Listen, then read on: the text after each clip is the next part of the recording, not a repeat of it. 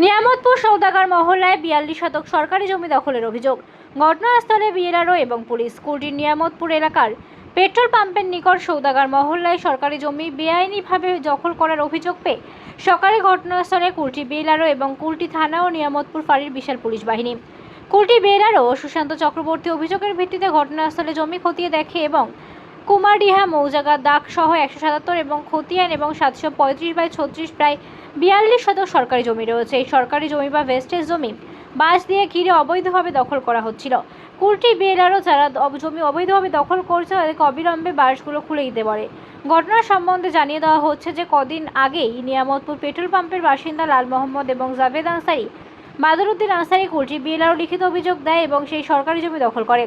ওই এলাকার ওয়ারিশ আনসারি, এনামুল আনসারি, মুজাহিদ আনসারি এবং সাবির আনসারি। এই অভিযোগের ভিত্তিতে অভিযান জানা যায়।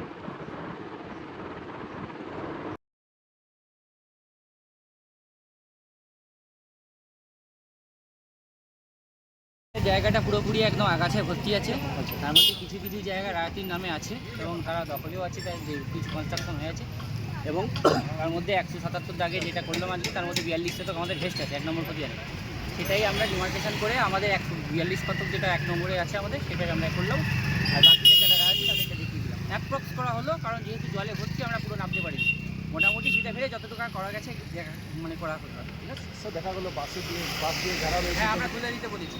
যে পোর্শনটা আমাদের 1 নম্বর খতিয়ানে পড়ছে 42 শতক, যেটা ডিমার্কেশনে করার পর সেই পোর্শনে আমরা বাস খুলে দিতে বলেছি।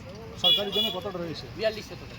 42 শতক মোটামুটি মানে আমাদের রেকর্ডে 42 আছে, আই এস্টিমেটে এবং ফিতে ফেলে মোটামুটি যে পোর্শনটা আমাদের পড়ছে সেটা আমরা করে দিচ্ছি। ঠিক আছে, থ্যাংক ইউ স্যার।